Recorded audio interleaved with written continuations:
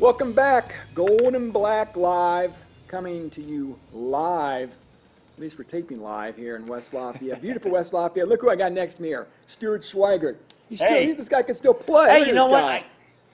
Well, we're seeing the tight end. He's why am I forgetting his name? For the Cowboys. Oh, Jason. Oh, Witten. Yeah, Witten's coming back. You know, and let's get Schweigert out there. I started thinking, maybe I should make a run at this, and then I thought, probably not. Probably not a good idea. My days are done. Pat him up, but it's always great to see Stuart. Always fun to get his perspective. And first of all, I guess I'd like to start. Stuart, of course, works for the Hammer 101.7 with the great Clayton Duffy. Yes, my co-host. So make sure you tune in afternoons to listen to their show. But Stuart brings a lot of different perspectives that I really want to hear, and I'm sure you would enjoy hearing as well. I guess I'd like to start, Stuart, with the 2019 Boilers, and just sort of give me your idea, maybe some things that you're encouraged about, maybe some things maybe you're keeping your eye on from a potential weakness standpoint. Well, obviously, the thing that excites me the most are these incoming freshmen. I think we've got a lot of guys that can come in and play early, really at all positions. You know, I have my Stu's Views where I watch the film and I kind of do a little 2-minute evaluation of the guys, what I think. And obviously, I'm a defensive guy, and the biggest change that I've seen is the way that we're recruiting our defensive backs. You know, Marvin Grant, Jalen Graham, Cameron Allen, and Niles Beverly. The thing that I really like, Tom, is the fact that these guys are all over 6 foot. Big. 6 foot, 185. Niles, Cameron Posey, 6'1", or Cameron Allen, 6'1", 185. And then you're talking about Marvin Grant and Jalen, who are both 6'2", 6'3", over 200 pounds. And we know this: the players are getting bigger in the Big Ten. Receivers are getting bigger. Tight ends are getting bigger. And you know, no matter how good you are technically, if the guy has 5 inches on you, there's really nothing you can do. But the one thing that I really like about these guys is how physical they are. On film, these guys are physical football players, and when a receiver has to not only worry about getting covered, but also taking a big shot, they don't like that. You know, when they're trying to block and these guys are coming up and running their face mask right through them, that's what you want to see from a defensive back, and that's going to intimidate some of these players. So, you know, and obviously the wide receivers we have coming in, David Bell and these guys, I mean, very, very talented. So I'm excited, and we've got 4 guys on campus right now, you know, with Big George, and it's going to be interesting. Everything is, I think the biggest question mark is going to be our offensive line and our defensive line. You know, I mean, just because that's where I think we lack the most experience, a lot of new guys in that position, and really, you know, how is Sindelar going to be? Is he healthy? Got to stay healthy. You know, I mean, last year we found out he was not healthy, and he's been a guy since we signed him. You know, coming out of the state of Kentucky as Mr. Football, I really like him. He is a Big Ten quarterback. So I'd like to see him get back to where he was 2 years ago. But again, we've got some young guys coming in. I don't see why there's no reason that position really hasn't been solidified. I mean, it's still open, you know. So that competition is great because it's going to make everybody better. Exactly right. All those quarterbacks passed the eyeball test. Walking through the door, Stuart, they look like Big Ten quarterbacks, 6'4", 6'5" guys. You talked about the secondary. The safety, the true freshman safety that's here now, Jalen Graham from Detroit. To me, it looks like a linebacker masquerading as a safety. You talked to Marvin Grant, his buddy from Detroit. Yes. These are the same dimensions. Corey Trice is a 6'3" safety as well. Position you played in the back end of that defense. I was talking to the A.D. Bobinski at practice. He leaned over to me and looked at those safeties and goes, when I was at Georgia Tech, those are the kind of guys Clemson had. We didn't have any. So, again, the roster turnover and improvement has been nothing short of remarkable here. No, it has. And, again, I think you just talk about the thing that I looked at, too, it's this recruiting class compared to previous staffs is what schools are we beating for these kids? True, yep. And previously it was a lot of MAC schools we were beating, right? And nothing against MAC, but we should be competing and getting guys who are getting recruited by Michigan, guys who are getting recruited by Clemson and Georgia Tech and Washington and some of these Pac-12 schools. And that's what you see. You see guys. Texas? Yeah, I mean, Texas. Rondale Moore. Alabama. You know, we beat out some schools, Alabama, for these kids. Taking kids from Ohio, the state of Ohio, not just athletes from Ohio, but athletes from Ohio who have offers from Ohio State. Yeah. Going in, I think we've done a great job of recruiting my home state of Michigan, especially from the defensive backfield. You know, we've got, like I said, we stole the 2 best safeties out of the state and 2 of the top safeties in the country right out from under Michigan and Michigan State. So that just shows the progression of the type of caliber athletes we're getting. And, you know, is it because we're winning? Is it because of the coaching staff? It's a lot of things that go into it. But obviously, you've got to be able to get those guys coming in, and it's just going to make the program that much better, which you're already seeing this spring. We all know schemes are great, right? But I always think of, I guess, the Ron Zook quote. It's not about the X's and the O's. It's about the Jimmies and the Joes. And yes, it is. you can be the greatest coach in the world, have the fattest playbook, but unless you have some players to run those plays, you know, you're going to struggle. And Stuart also is fun to talk to at this time of year. He's always fun to talk to. But the NFL Combine's going on. Yes, it is. And this guy, unlike me, playing Nerf football in the backyard, this guy was paid to play football. This guy went to Indianapolis for the NFL Combine, which, again, is going on right now. And I wanted Stuart to sort of share some of his NFL Combine experience. Well, back then, obviously, it was the RCA Dome. You know, you are old. Yeah, I know. I'm looking at this thing, and I had to do the math on it. I think it was 15 years ago when I was there. And so the 2004 Combine. And I believe that every athlete should have to go down there and compete in that environment. Because the first day you get there, you go through all the MRIs, all of the x-ray machines. It's all medical stuff for the entire day. You get up at 6 a.m. the following day, then you're taking those results and meeting with every team doctor. So you go into about 5 or 6 different rooms, and there's about 30 doctors in each of those rooms, and they're pulling on you, prodding on you. You know, you have the reports, but they want to see it for themselves. So they may tell you to go back and get some more testing done. Then in the evening, for 2 hours, you get a sheet that has every 15 minutes, there's a bullhorn that goes off, and it'll say, okay, at 8 o'clock, you're meeting with the Cincinnati Bengals. At 8:15, the Atlanta Falcons. At 8:30, the Detroit Lions. It's exactly, that's a good point. It's exactly what it is. So you go in, you're 22 years old. You're going in there, and it's the owner of the team, it's the general manager, it's the head coach, it's the DC, the OC, everybody's in there. And it's a hotel room that they clear out, and they're just firing questions off at you. There's a whiteboard behind you. It could be personal questions, it could be football questions, it could be, hey, what happened at Purdue in this instance, seeing if they can catch you in a lie, seeing if you're honest.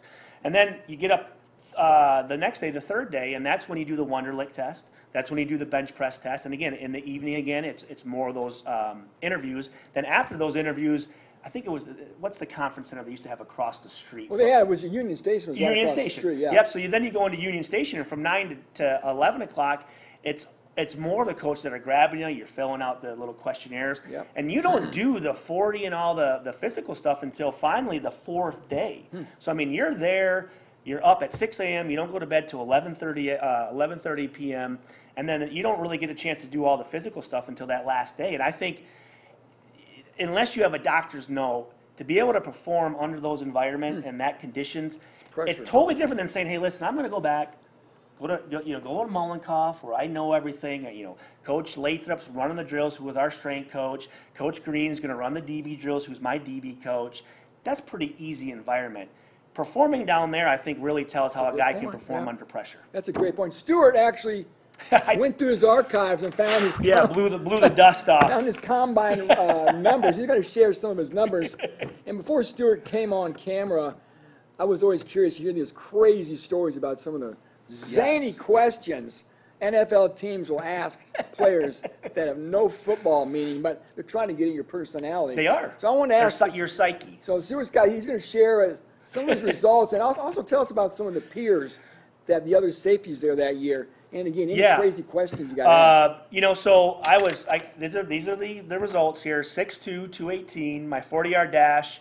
I've seen 4.47 to 4.44, and I remember Steve Mariucci the day before says, are you going to break 4.6? And I'm going, I don't think I ran 4.6 since I was in 7th grade. You know what I mean? I said, I'm going to break 4.5, and they all kind of looked at me like I was crazy. They ain't seen you. I'm a DB from the Big Ten, from Purdue, so, I'm not that athletic, I'm not that fast, but I'm a smart guy, that whole deal.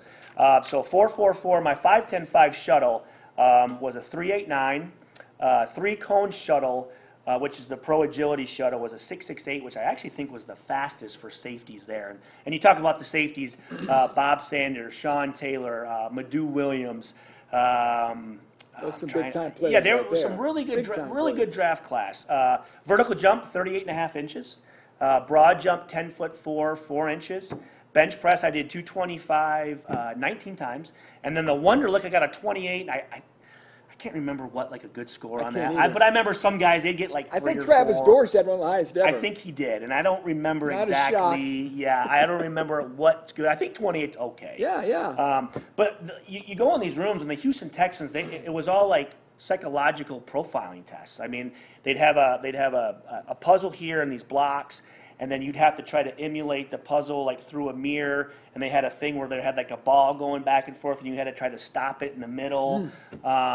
They'd ask you, do you hear voices? Do you think people are following you? Do you ever think about killing somebody? Yeah, I know, crazy stuff. Has your family ever killed anybody? I mean, do you have a girlfriend? And then, for me, they obviously when I was at Purdue, I had a couple off the field little incidents. None of them were my fault.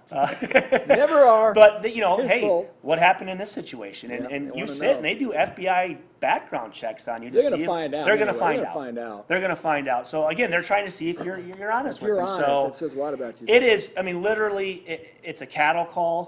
When you walk into this big theater, it's all black. Every coach is in the audience, and you're just in your, literally just like bikini bottoms, and you get out your hands, and they'll say, hey, 8 feet.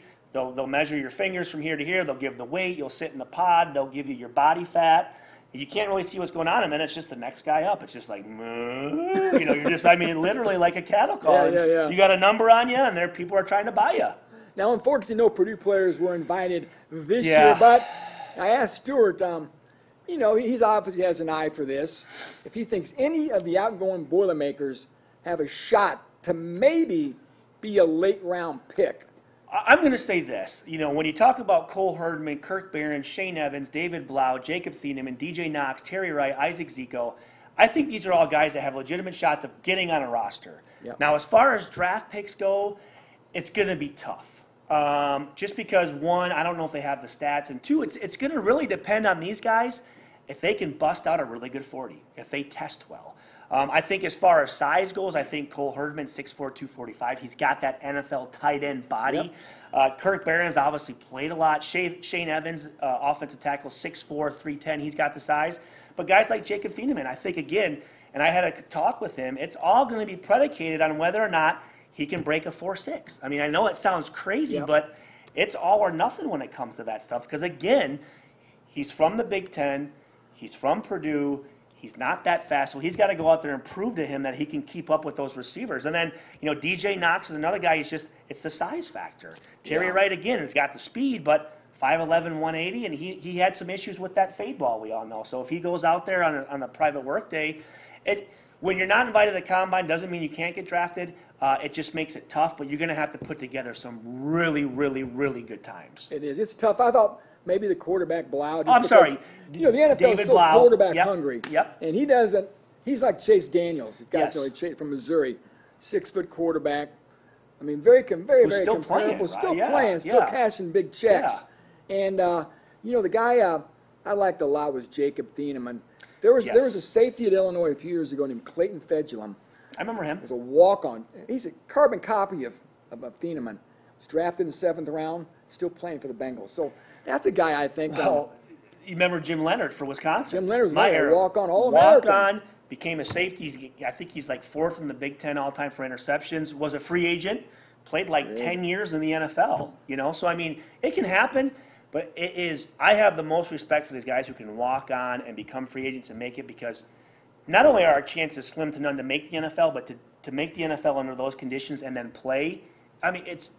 You're probably more likely to get struck by lightning twice than have that happen to you, because it's just really, really, really, really, really tough. Stuart was a 3rd-round pick, 67th pick overall of the Oakland Raiders. I can only imagine how cool that was. It was. I have a lot of fun stories. A lot of interaction with Al Davis, one of the greatest of all time. Think about the memories. Oh, unbelievable. So so obviously he brings a lot of that pro background. Gives us that perspective, which is really nice. And, like I said, the draft's coming up. We'll see the Boilers. Stuart and I were talking, too, before we got on camera. Purdue has had a player picked, I think, in the last 21 drafts. 21 years. You have to go back to what, 97? 1997 was the last draft there was no Purdue player picked.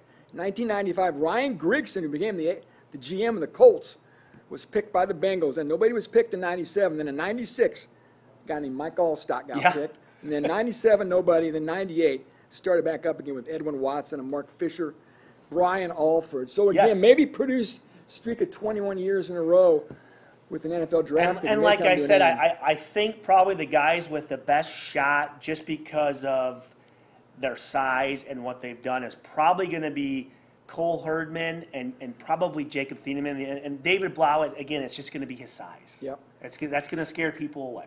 He's the kind of guy we all know you'd want on your roster for a lot I of think reasons. he will get a shot. You know, Yes. that rookie minicamp the following week, I think you'll see a lot of these guys probably in rookie minicamps. Yep. And once you get there, it's just an opportunity. You may literally have one play in a team period, and that is your opportunity to show these Shine. coaches. Yeah, that's it. You got to do it. It's crazy. It's a crazy ride. It's an amazing ride. And again, you're dealing with the best of the best of the best of the best. This guy was one of them. This is a great time of year. Hey, we appreciate everybody tuning in. I love talking the NFL draft. We got college basketball winding down. We have spring Yep. football. We have NFL combine draft stuff. So, again, a great time of year to be a sports fan. Again, thanks Stuart Schweigert, the All-American, for stopping by. And we also want to thank our sponsors, Hilton Garden Inn. When tomorrow's a big day, stay at GHI tonight. State Farm agent Trent Johnson. And Trent is, you can find him at agent.com. Triple X, of course, I'm sure Stuart goes to Triple X on the hill, but on the level. Bernie Of course, Flowers Burger. Bernie One Flowers. of my favorites. One of my favorites. I'm a Dwayne Purvis guy. And of course, Basham Rentals, the best in student housing, already taking reservations for 2019-20. So check in with Basham Rentals for your housing needs. Thanks for tuning in. We'll see you guys next Friday.